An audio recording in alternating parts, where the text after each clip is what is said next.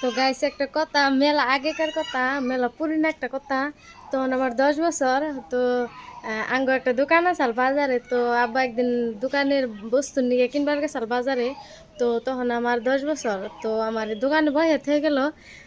পরে বাজারে গেছে গা আব্বা, তে একটা ছেড়ি নাই বেচর আইছে, দুইটা নাই, তে একটা বেচলো, কিনা নিয়ে গেলো আমার বুগলে বহা।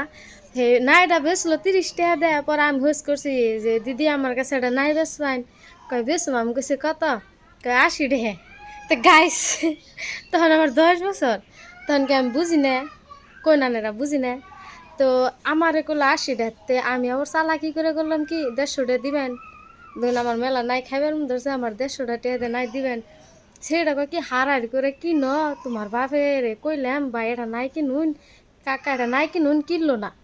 তে তোমার খাইবার ধরছে, খায় নাই খাইবার ধরলে খানা গে। তা আমি কইছি ঠিক আছে, আমি দোকান দিয়ে পয়সা নিয়ে যেতেছি। তো অল্প ফাঁক। তো আমি দোকানে আইছি, আয় না বেশি ডার কই আইছি যে নাই কিন্তু বেশ ফানা করে ওঠেন। ওই যে আমার জানেন কি করছে, 80 টাকা চাইছে, নাই 30 টাকা, নাই 80 টাকা চাইছে।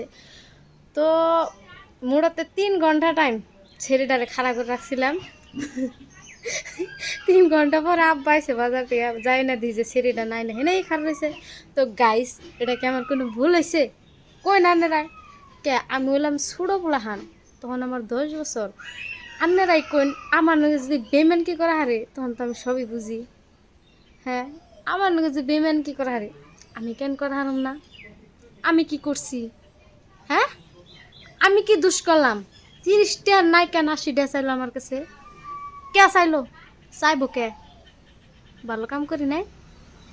150 টাকা দিব, 30 টাকা নাই কিনা। হ্যাঁ, তো হস্তা। হুম, থাকো নাই না খালি থাকো। পরে কাছে দিদি তো নাই, তো নিলা না কেন নাই নি? নাই আছে 30 টাকা, তোমার আমার কাছে 80 টাকা চাই লাগে। হ্যাঁ, গুড বাই।